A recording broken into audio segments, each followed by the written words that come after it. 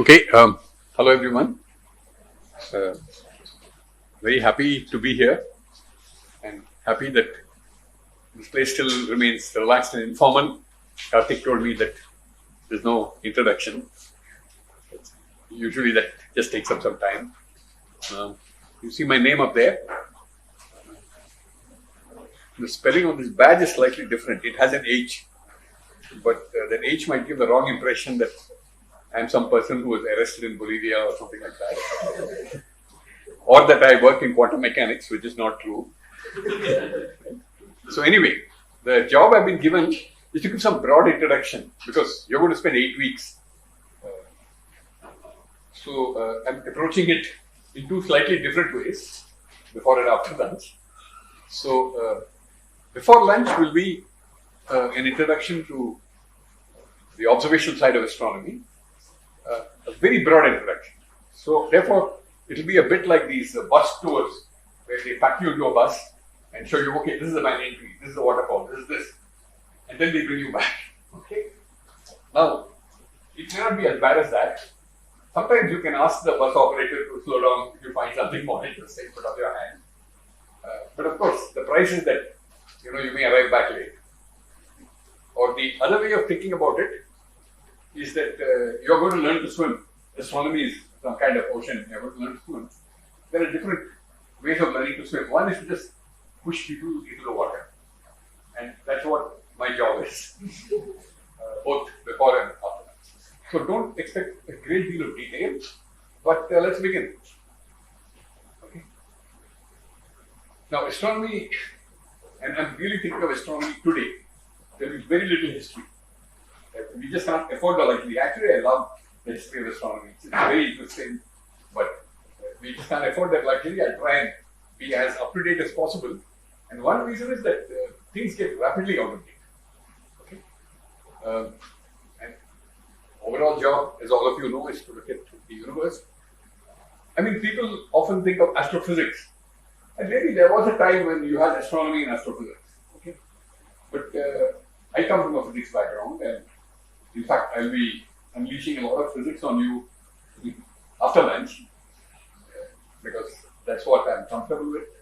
But today, astronomy is even bigger than astrophysics. Okay?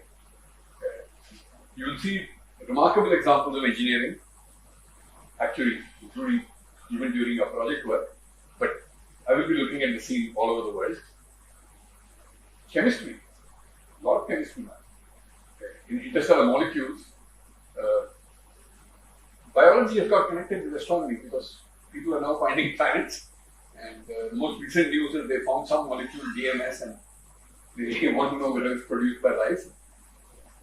Computer science, because data is so huge, right? It's impossible for human beings to analyze it. Right? And finally, AI, okay, the big elephant in the room, which we are all worrying. And what's interesting is, even if you look at astrophysics, yes, you could say it's a branch of physics, but the way I have seen astronomers approach physics is a little different. Because their aim is different, and they've developed their own style, their own language. So this is just a few introductory remarks. So let's plunge into planets, since we live on a planet. Oh, well, to make this point, that I've forgotten I had this slide, that there are astrophysicists, but, and here's a particularly great one whom all of you recognize, right? Yeah. And here's another one. And these diverse activities both come under astronomy, okay? So those of you who come from an engineering background or would like to operate a spanner or something, there is room for you, okay? So the person on the right, some of you may not have encountered it, but his name, okay, I have his name, right? So he was not the founder of this institute, but when the founder passed away, he took over and brought astronomy to this institute. And anyway, this is just to make the point that there's a huge range of activities in astronomy, and actually I learned a lot from the person on the right because, of course, I was in the same institute. I learned a lot from the books written by the person on the left. And of course, the most interesting fact is that they are first cousins. So even with the same genes, you can go in completely different directions. Okay, so exoplanets. And here is AI. Since I'm not an expert on exoplanets, of course I've been reading various news stories. I just asked this app called Perplexity. Right?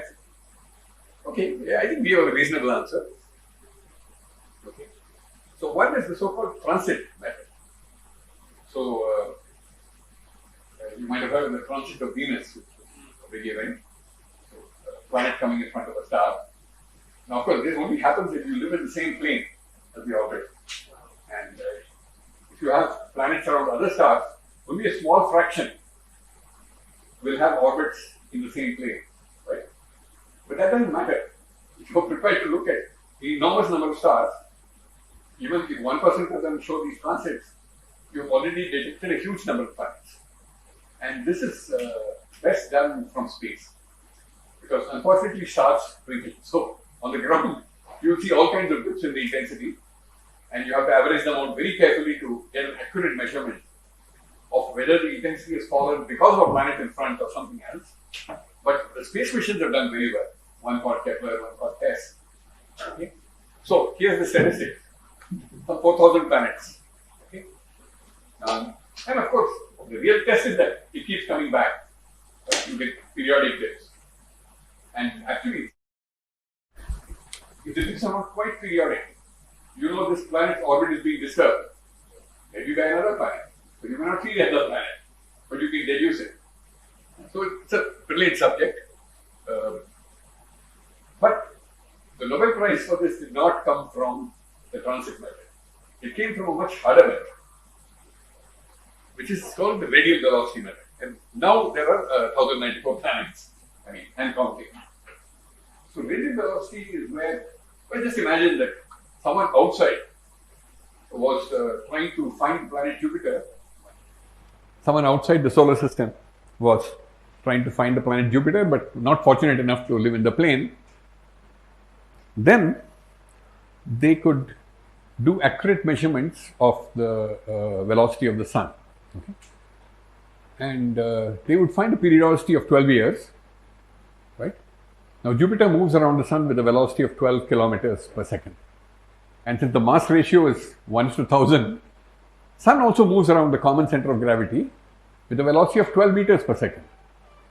So if you are good enough to measure a velocity of 12 meters per second, you can find the presence of this planet even without seeing it.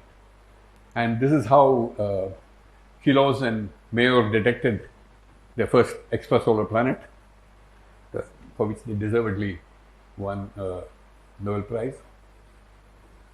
But you can see this is already a feat, because if you take something which is moving at say 3 meters per second, and nowadays the better instruments are able to do that, what fraction is it of the velocity of light?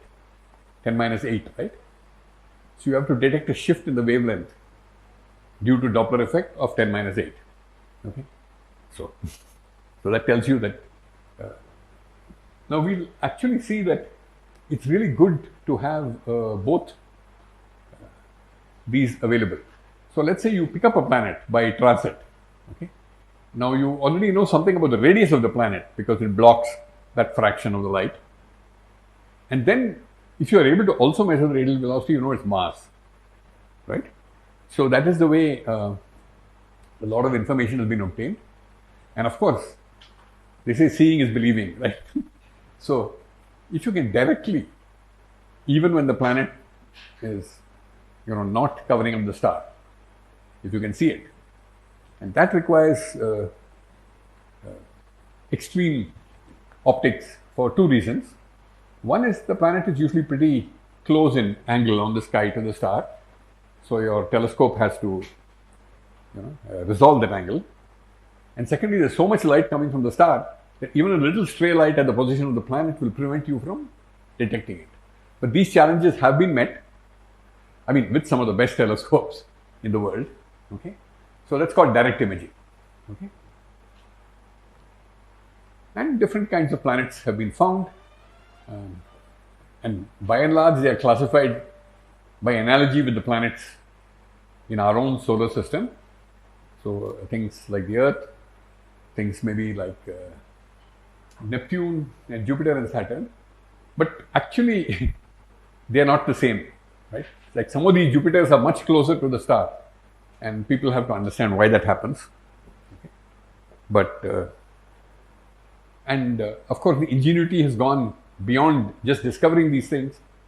So, for example, you could take a spectrum of the star and the planet, okay, and then when the planet goes behind, then the spectrum of the planet will disappear.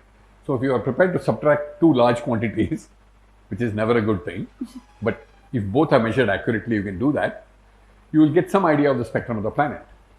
Or as it's going behind, as it's coming in front, you may get some absorption lines. So people have done beautiful things in the subject, and I urge you to go and look up. So let's talk about our own sun. Okay, I don't think it's visible right now, but in any case, I'm not going to show you a picture of the sun. Right. So this is I've just picked one. There are so many beautiful things done with the sun. I've just picked one of them. Okay.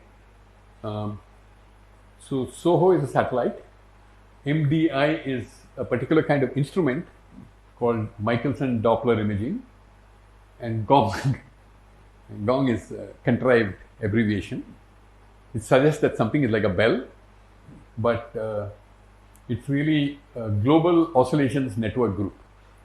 Now, sometime in the 1960s, people discovered, again, by the ability to measure small velocities by Doppler shift, okay, that the surface of the sun, apart from having all kinds of structure, these structures were also moving, okay, with a period of roughly 5 minutes or something like that. But that just looked like noise. But when they actually took an image, and this is a tremendous challenge, you can take an image, but in every point in the image, can you achieve a velocity accuracy of, let's say 100 meters per second.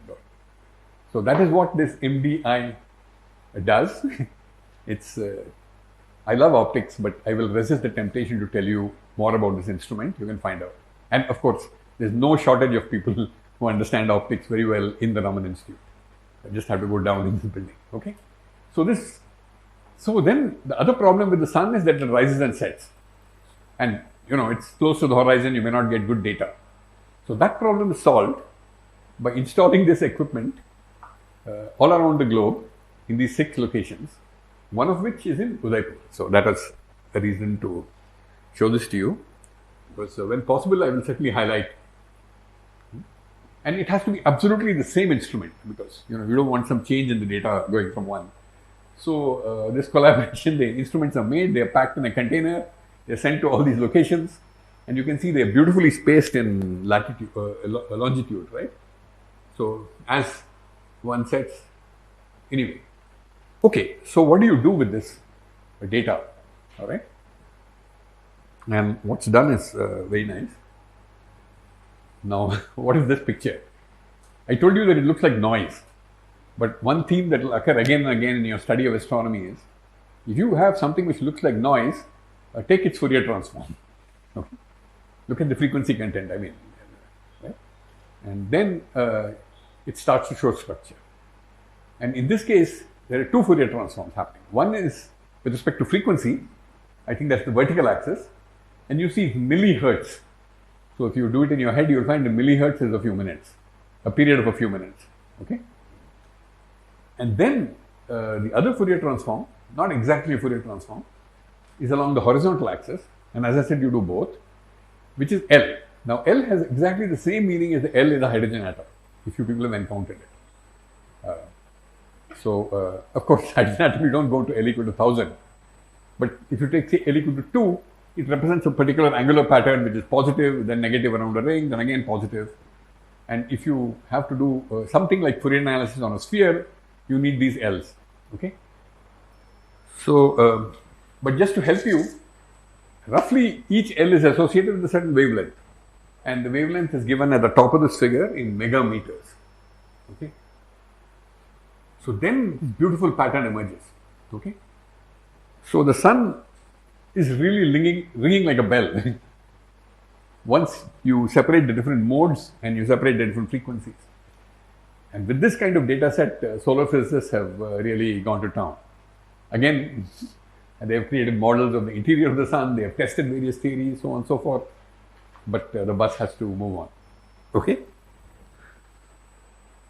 I just thought I'll bring out one aspect of this. Okay, stars. Right?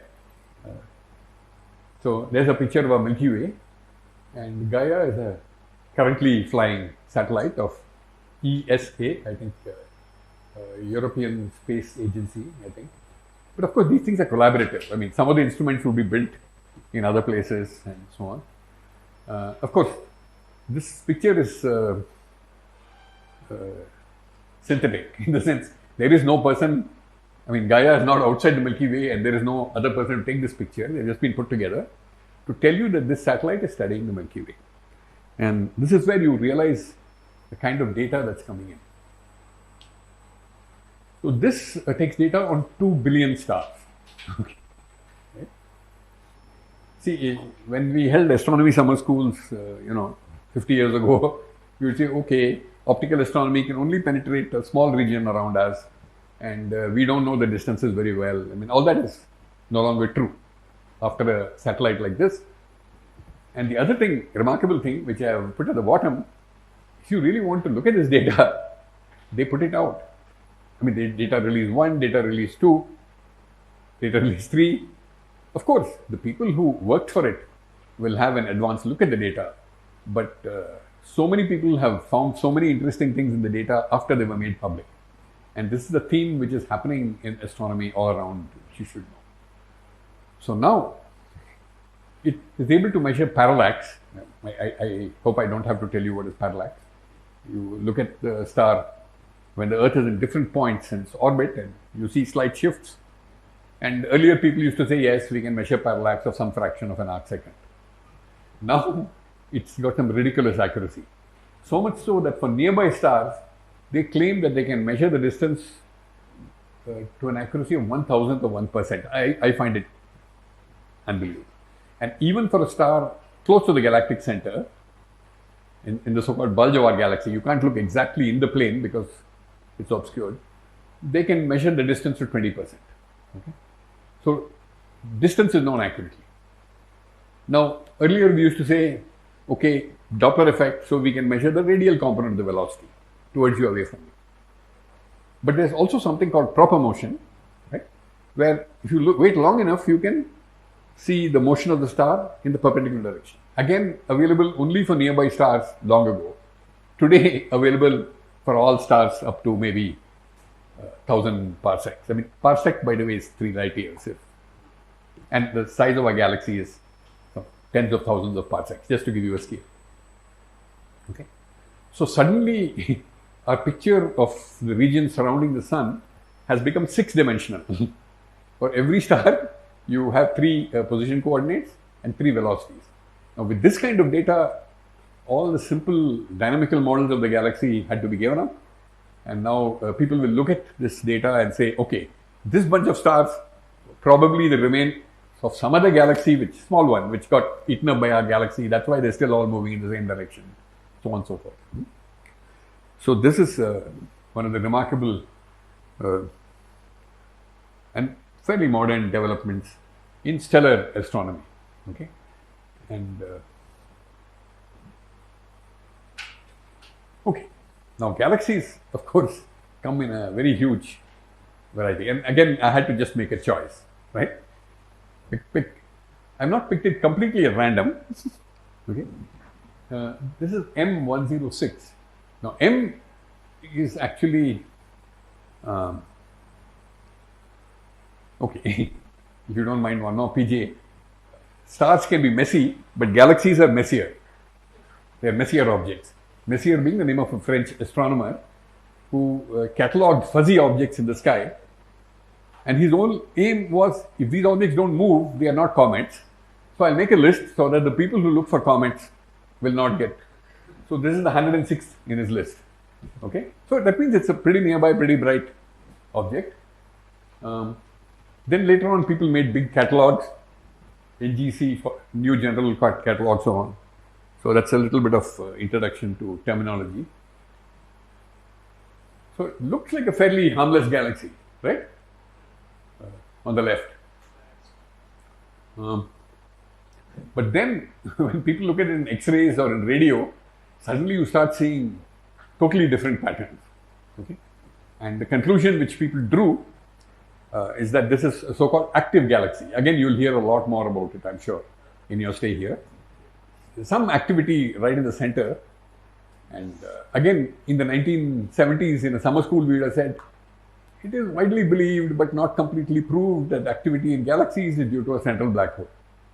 Today, forget it. I mean, you see this, you say, okay, there's a central black hole. If you say there's a black hole there, people will just yawn. If you say there's no black hole there, that's a great discovery. Okay?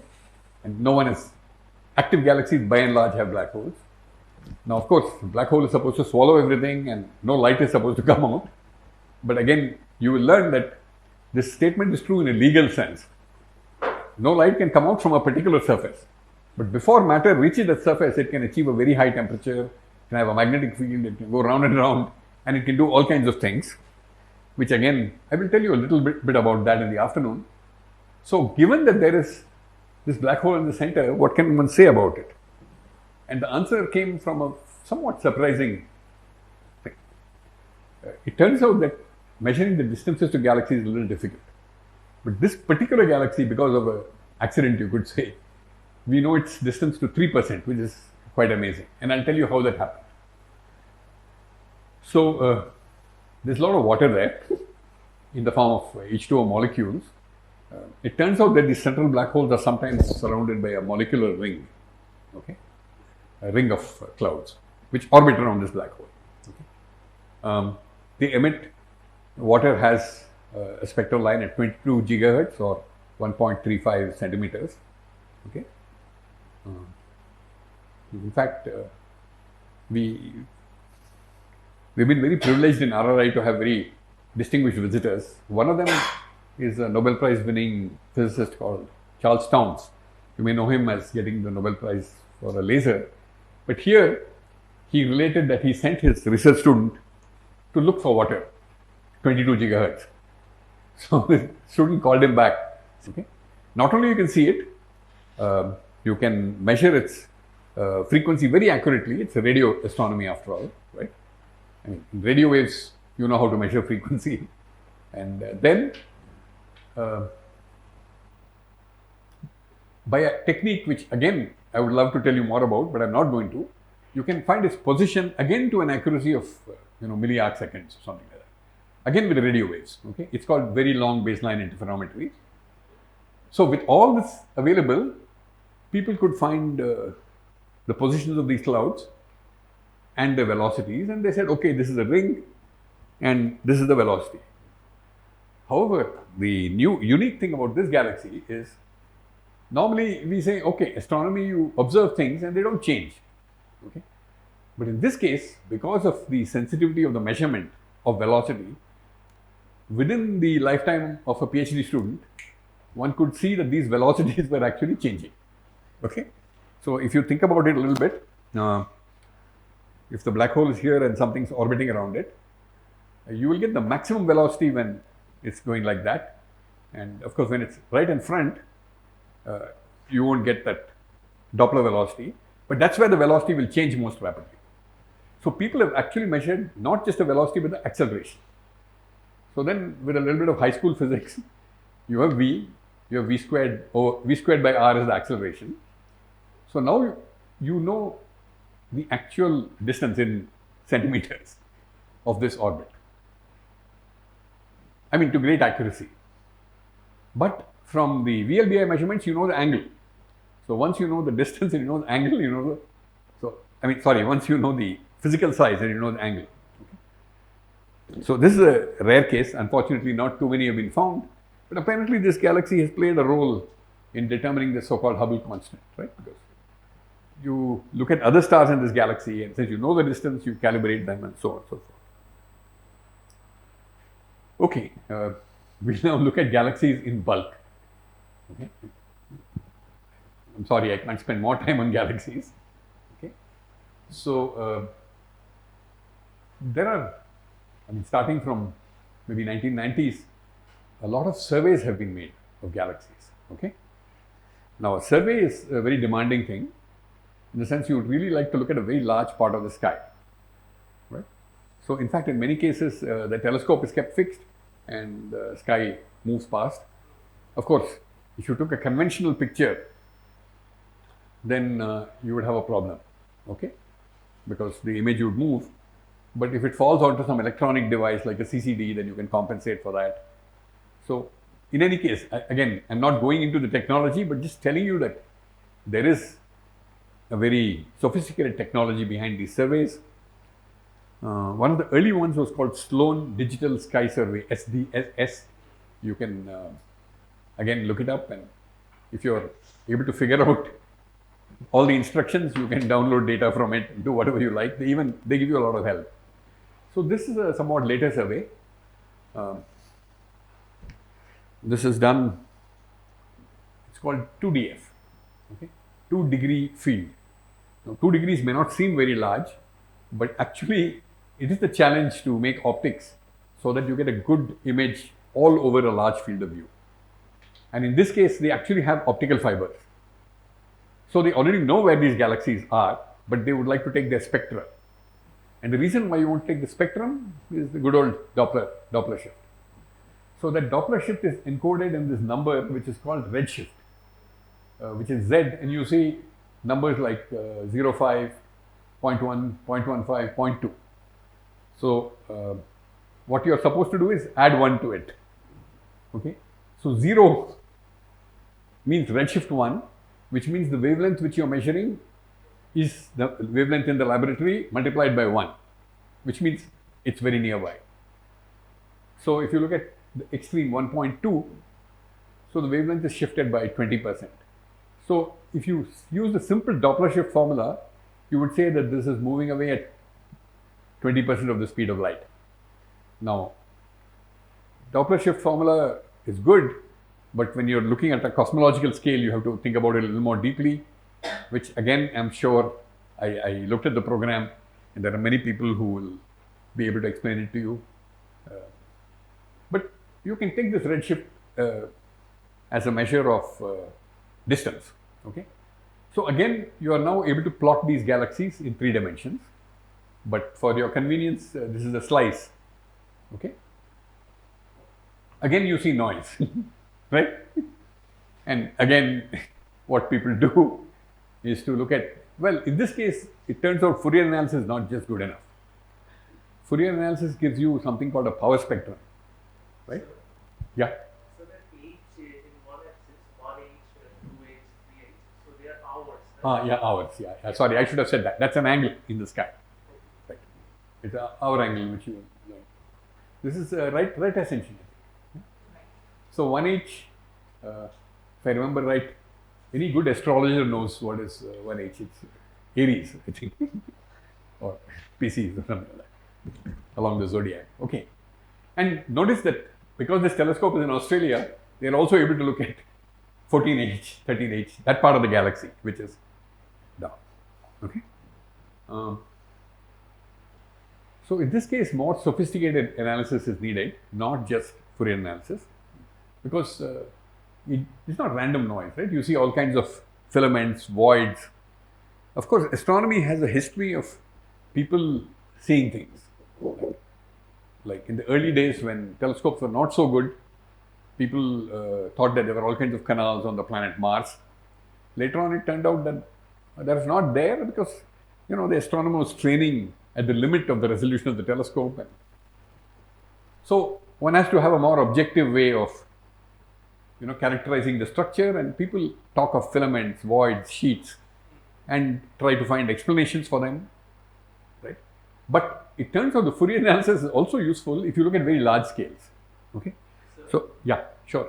So that is right ascension, right? Yeah, that's right, Hari, right ascension. Yeah. This is not very thick in declination. It's a slice. I think the few degrees in declination. If you look up the site, I don't remember how many degrees. By the way, please do interrupt. Huh? Yeah. How did you take the baryonic acoustic oscillation? I was just coming to this. So I told you that if you look at very large scales, then the assumption is, I mean, which has to be justified by cosmological models, that these large scales arose from large scales at an earlier time. What that earlier time is which we'll see in, I'm trying to go outwards to bigger and bigger scales, right? So at the moment, just treat it as, you forget the B and A and just look at the O, right? So the O says that something is oscillating as a function of scale. So some scales seem to be stronger, some scales seem to be weaker, and we'll see an actual measurement of that. So this was one of the first surveys to detect it, which is the reason why I picked it. It's not the most recent. The most recent ones are called DES, Dark Energy Survey, or DESI. Yeah. And the other part, like this is a complete circle, so the other parts are dark. So why? Galaxy. Our galaxy is blocking the view. Yeah. I think you'll see this in. Okay. Again, this is also about galaxies in bulk, but going to redshifts beyond what you saw in the 2DF. Okay, and of course, the other reason to show this, I almost wore a NCRA T-shirt, but thought I'll wear something more respectable because I spent 10 years there, but I can't claim any credit for this work. The authors are listed. It's fairly recent, published in 2022. It's the PhD thesis of a student called Aditya Chaudhary. So, in fact, I had to go to his Google page in order, what is it called? Yeah, in order to download this paper. It turns out that he is now doing neuroscience. Okay. After writing one of the best PhD theses in radio astronomy. So, no, that's actually good news, right? So even if you do a PhD in astronomy, that doesn't force you to stay in it forever, right? Anyway, Kanekar is still, Nisim Kanekar is very much, he was the PhD guide, I think, and very much there. And Chengalur was transferred to Bombay. Okay. So now they have split. By the way, this is not a picture of a single galaxy. So they are measuring, this is radio waves, and neutral hydrogen, that is just, it's called H1 for a strange reason. I think you'll probably see H1 somewhere, LH1. L is luminosity of neutral hydrogen. So hydrogen in its ground state, which is actually split for some atomic physics reasons. So it emits and absorbs radio waves of a wavelength 21 centimeters, a very convenient wavelength, just this much, right? And the frequency is 1400 megahertz. And the Giant Meter Wave Radio Telescope was explicitly designed to detect this hydrogen not only nearby, where the frequency would be 1.4 gigahertz, but at high redshifts. So if you take redshift 1, 1 plus z is 2, and this will now occur at 700 megahertz. And many places in the world gave up radio astronomy at 700 megahertz because there was too much human activity. In the early 1990s, Professor Govind Swarup of TIFR decided that there was still a window of opportunity to build a large radio telescope, which is the Giant Meter Wave Radio Telescope, to study neutral hydrogen. And of course, once you build such a big telescope, you can study many things. So I'm not claiming that this is the only experiment going on there. Every 6 months, I don't know, some 40 people come from all over the world and use it for different purposes. But right now, these people got a lot of time. They pointed the telescope to, I think, a few thousand galaxies. But of course, they didn't have to point for each one. These were in a field. So again, at every point, you not only get an image of the galaxy, you get a spectrum. And at each point, at each galaxy, the spectrum does not show neutral hydrogen, because the signal is simply too weak, because the galaxy is too far. However, it's there. And if you know the redshifts of these galaxies, then you can take these spectra from individual galaxies and line them up, shift them. That's called stacking. So that's why you see the word stacking. And then the signal comes out of the noise.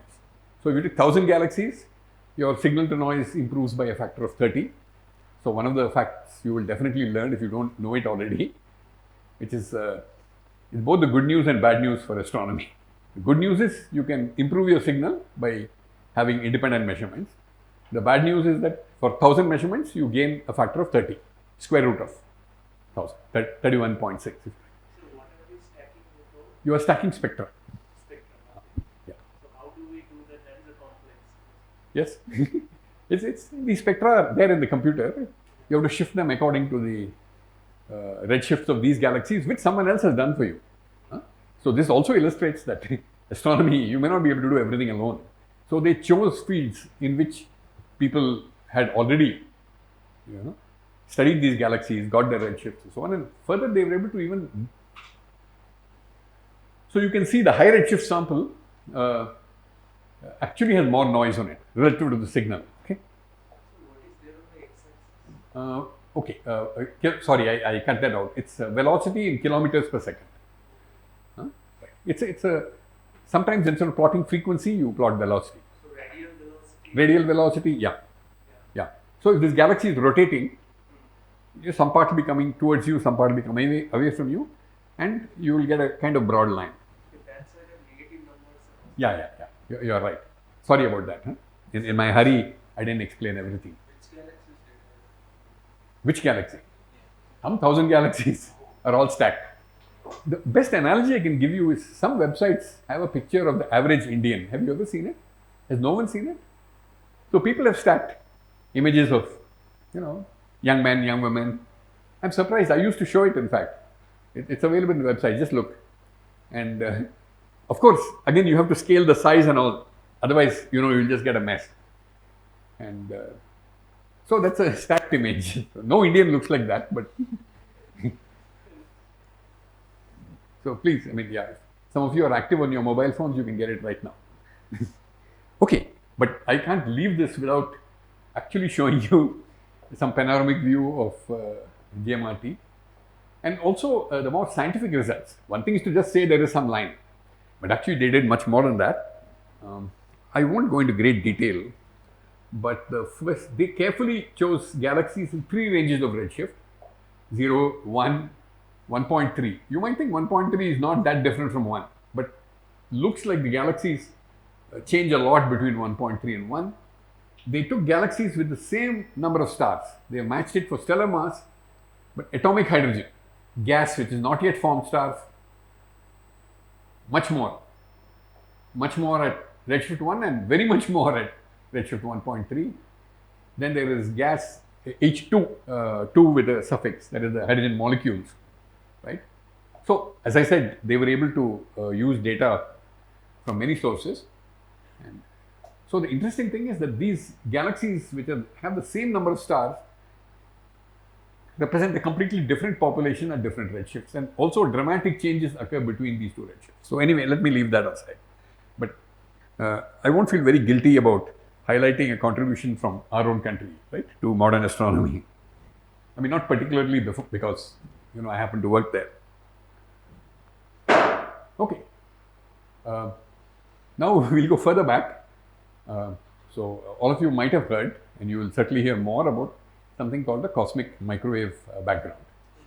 So briefly, in 1965, is the classic example of radio waves without a source, because it came from every direction in the sky.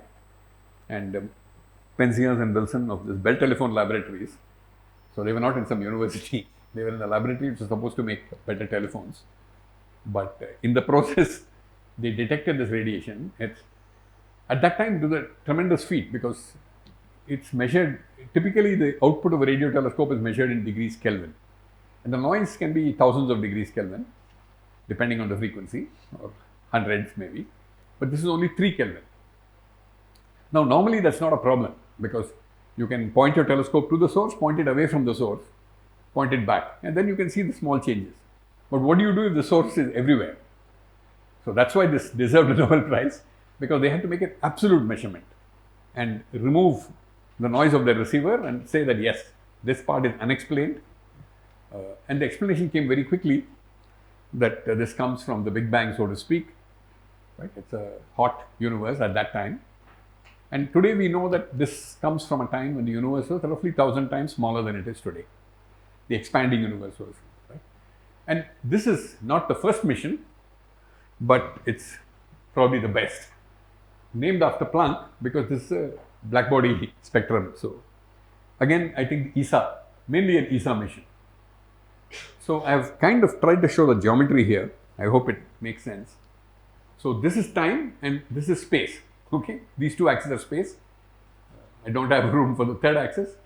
So when you look in different directions, you're also looking back in time because the light is reaching you, right? So this is called, the relativity people call it a backward light cone. So at a given time, which is say when the universe was much smaller, right? You are receiving it from a ring. Okay? And of course, if you put back that remaining dimension, you are receiving it from a sphere. And I think for decades, people simply saw that there was this 3 degrees Kelvin or maybe 2.7 in all directions. But perfect uniformity is not a good thing because today the universe is very non-uniform and everyone believes that it's non-uniform because of gravity. That is, you create some small excess mass in some region and it will attract more mass, the surrounding region will get emptied, but some other object will form somewhere else where there's an excess mass. I mean, all this is just English, but is right. So, but if you don't see any non-uniformity, then what do you do? So, this is a major quest. Okay, right. So, this shows the progress. Of course, the Nobel Prize went to the people who did it first, right? Kobe 1992, and their resolution was 7 degrees. Okay, so this is 360 degrees by the way, and this is 180 degrees. So, then the next satellite did a very good job. You can see the resolution is even better, and Planck took it to its limit. And it's not as simple. For example, you don't see the galaxy cut out here. So clearly they have done a lot of processing and all that.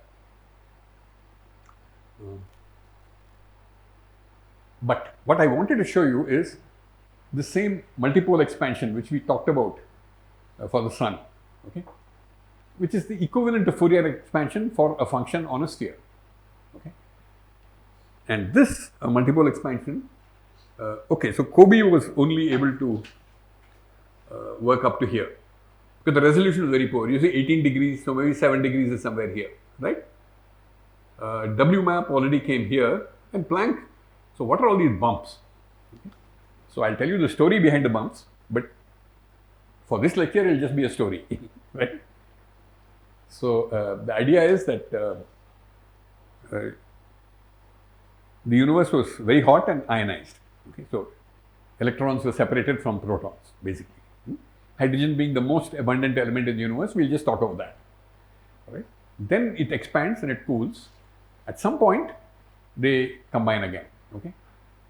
After that, you don't have that many electrons, and electrons really obstruct the free propagation of electromagnetic waves. In fact, the electrons in our own ionosphere block low frequency electromagnetic waves, as many of you may know. So, what you're seeing is a picture of this surface, okay?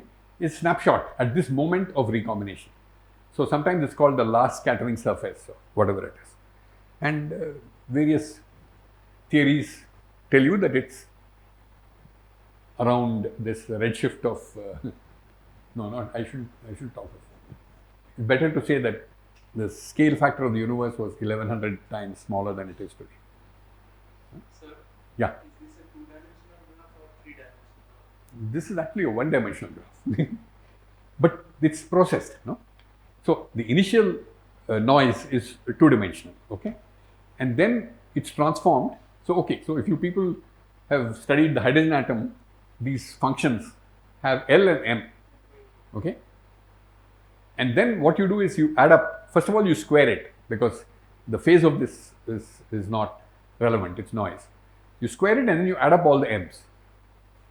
So that's the reason why the signal gets better at high L before it gets worse. But these bumps, So why is that central thing? I'm coming to that, yeah. So the explanation for the bumps is the following. That, well, it's not really an explanation, but it pushes the explanation further back. Anyway, you're going to get a very nice set of lectures on cosmology, so I'm not going to spend too much time on this.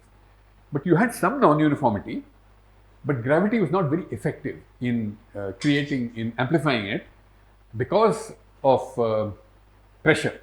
The thing which opposes gravity is pressure.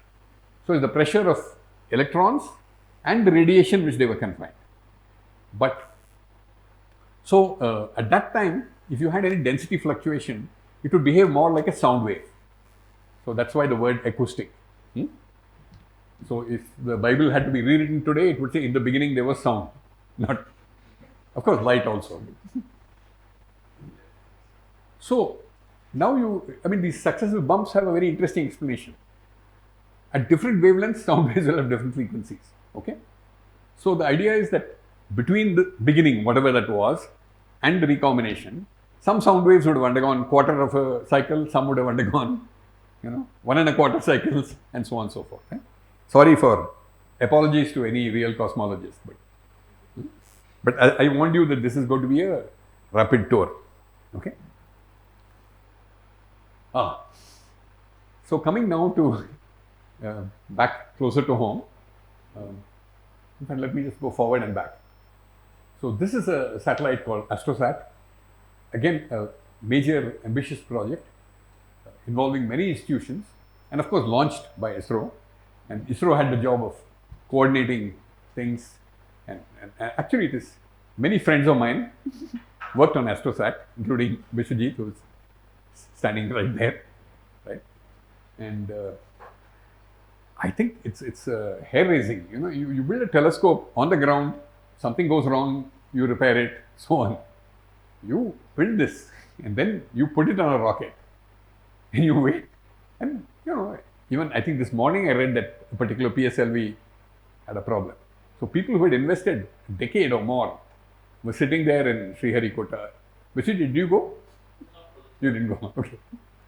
Anyway, some of the people, in fact, I got these slides from a former colleague at RRI, Dipankar Bhattacharya, who is now in Ashoka University, and he too worked on AstroSat.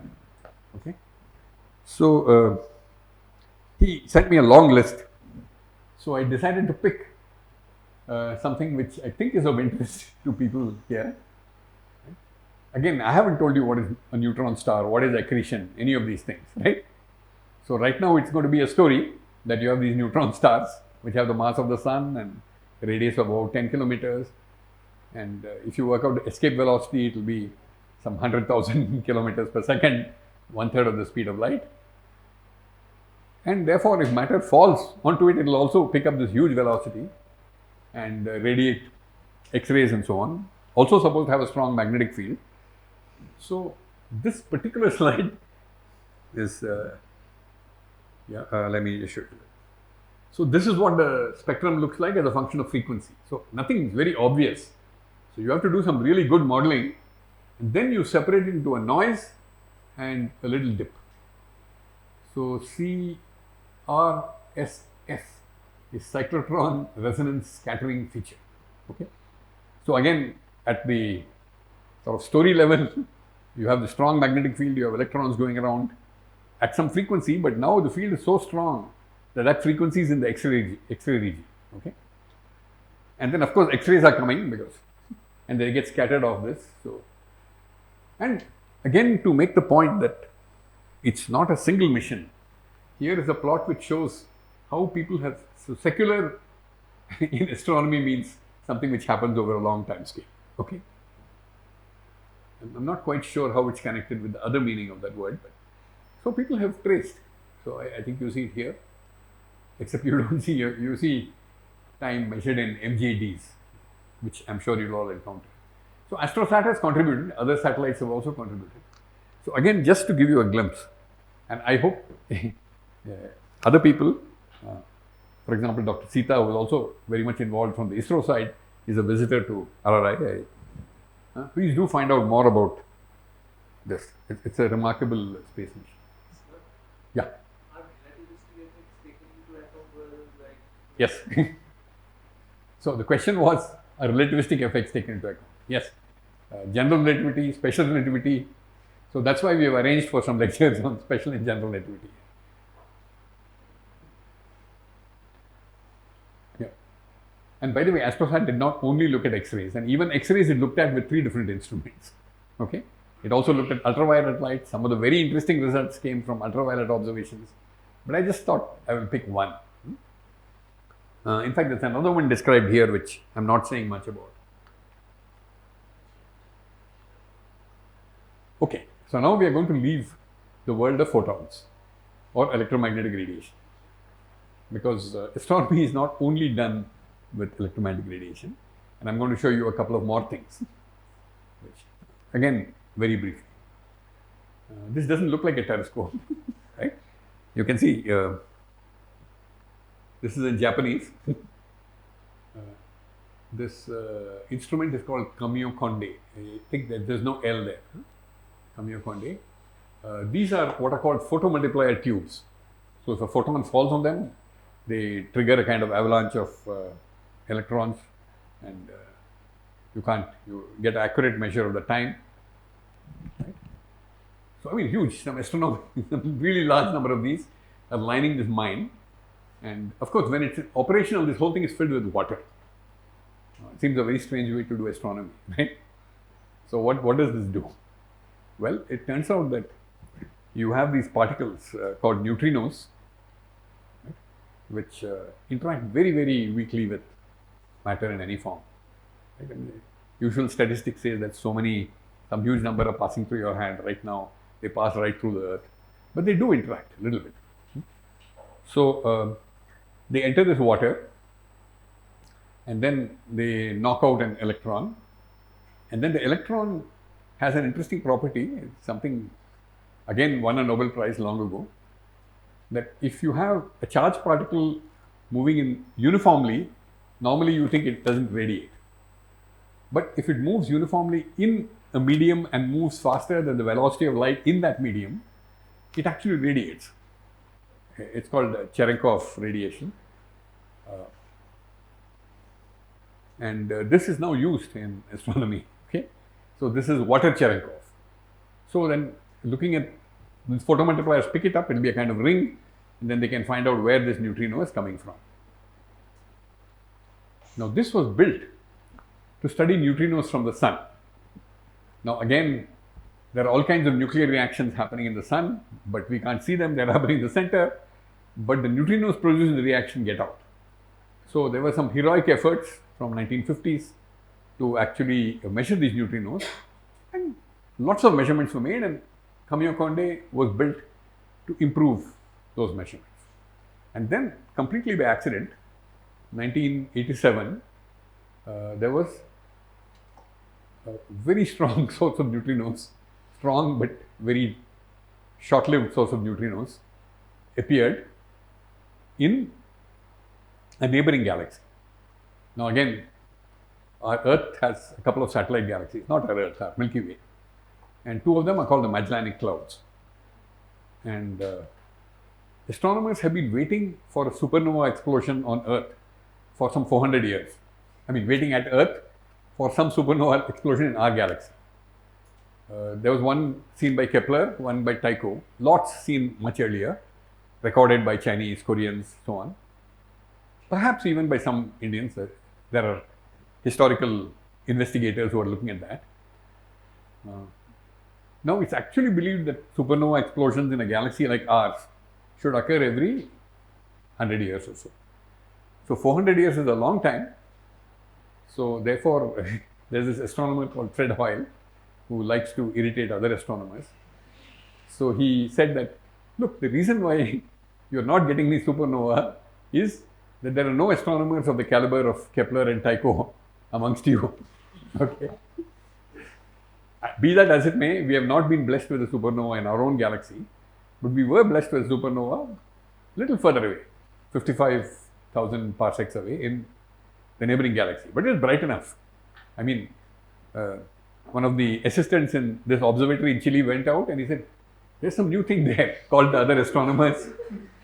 So very bright, 3rd magnitude or something like that. Of course, it fades very quickly. Now, supernovae had a problem, which I will explain in the second lecture. That, I mean, as someone put it very well, if we were accountants, we would have been sacked long ago. Because people could estimate the amount of energy in the light in the supernova, amount of energy in the moving matter, but that did not account for the energy which was expected to be released. And when I say did not account, it did not account for 99% of it. So, I mean, imagine a bank where you can't account for 99% of the money, okay? So, that was the situation. But of course, the way out was to say that this came out in the form of neutrinos. They're very convenient, but someone should see those neutrinos. So, finally, Camillo Conde saw 12 neutrinos. Right? But believe me, I mean, 1200 papers may have been written on those 12 neutrinos. Okay? So, sorry, I have to move on. Cosmic rays. So, these are charged particles, very high energy, some of them. And you have both charged particles and photons. But of course, even the photons enter the atmosphere. I mean, look, I'm calling them gamma rays, but gamma rays are generally, you think of them as MEV, right? But this is not MEV, this is the PEV, whatever P stands for, peta. Right? And the way to study them is that now the atmosphere acts as a detector. It creates a shower of particles. In fact, the early days of these showers, one of the theories was given by Homi Bhabha, right, when he was a student in Cambridge. Anyway, and then you need to spread detectors all around to detect these. So, I've shown again one of the big facilities to detect. Of course, you don't see anything because this is somewhere in Tibet. Right? All the equipment is buried deep inside some holes. But I thought this is a nice picture. And anyway, it's the only picture that I could get. So, it's the large high altitude air shower observatory, and they are again getting very interesting results both on gamma rays and on from specific objects, for example. So, there is particle astrophysics, I mean detecting cosmic ray particles. In both cases, these are probably within our own galaxy. And there's a very interesting reason for that. We normally think that a gamma ray like this is highly penetrating, it can pass through anything. It turns out that it cannot pass through the cosmic microwave background radiation. Now, this may violate something that you were all taught, that electromagnetic waves obey Maxwell's equations, and two electromagnetic waves can pass through each other, just superpose. That's true up to a point. But when you get into quantum effects, it turns out that this gamma ray encounters these microwave background photons, and it gets, well, all kinds of things happen. Okay. Same, of course, is true of charged particles. So, it turns out that these two forms of astronomy are by and large sensitive to things in our own galaxy. Okay. So, I come from ICTS. ICTS is, I had to really get used to going there because I've told you all the kinds of astronomy that I was familiar with, radio astronomy, optical astronomy. And as far as my colleagues in ICTS are concerned, they'll say, all that is electromagnetic. The real astronomy is in gravitational waves. Now, this, of course, is a whole subject in itself. Okay. So, again, you will get your usual brief introduction to it. Okay. So, very early, see, one of Einstein's motivations for pushing aside Newton's law of gravity is that Newton had an R. Now, R as measured by whom? Is it at the same time? Because he had already overthrown the notion of simultaneity at the same time in his special theory. So, he realized that, you know, Newton's theory is not going to work. Of course, he had other deeper motivations. So, basically, once you restrict things to travel at the speed of light, you need a new theory of gravity. And once you create that theory, it's almost inevitable that there will be waves in that theory which travel at the speed of light.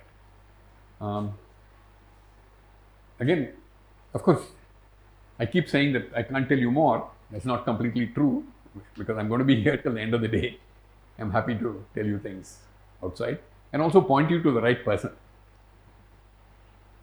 Now, Einstein has this interesting record of making a fantastic prediction and then withdrawing it.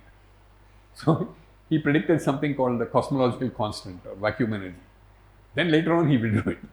And even in the case of gravitational waves, he predicted it in 1917, soon after his theory.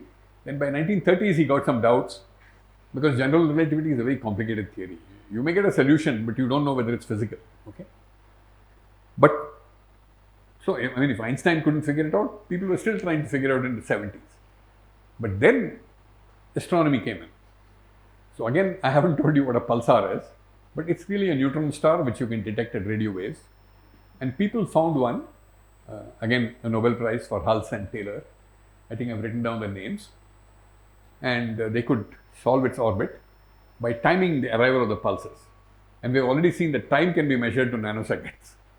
So it's incredible that if you have a pulsar in a binary orbit, the dimensions of that orbit are known to some fantastic accuracy. And then they quickly realized that this is going to emit gravitational waves according to Einstein. Now, the waves themselves are almost impossible to detect, but the energy loss will show itself in a shrinkage of this orbit. So over a few years, they found the energy loss, and they also found it agrees exactly. So at least all the relativists stopped doubting gravitational waves. But this is almost as if Hertz had discovered electromagnetic waves, not by measuring them at some other place, but by measuring the energy loss from his thing which was radiating. That's very indirect. So then people said, we have to detect these directly. So something called LIGO project was launched. It ran from 2002 to 2010 with no detection. Okay? Because the signal they were looking for was extremely weak. And the nature of these objects was not clear. Okay, binary systems by and large would emit gravitational waves and so on. But to really get strong gravitational waves, you needed binary systems at large masses. No one had seen them. And of course, they kept improving the sensitivity of their detector.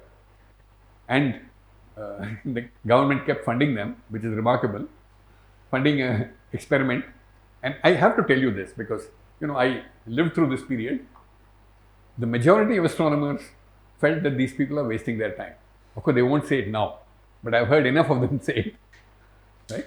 But they had the last laugh. Okay. So in 2016, so this is what it looks like. You see these two long pipes, they are highly evacuated. I mentioned Michelson. So Michelson had this arrangement where light beams, you know, interferometer. So this is a Michelson interferometer. It's very large, and it's a laser light which moves back and forth many times to increase the sensitivity.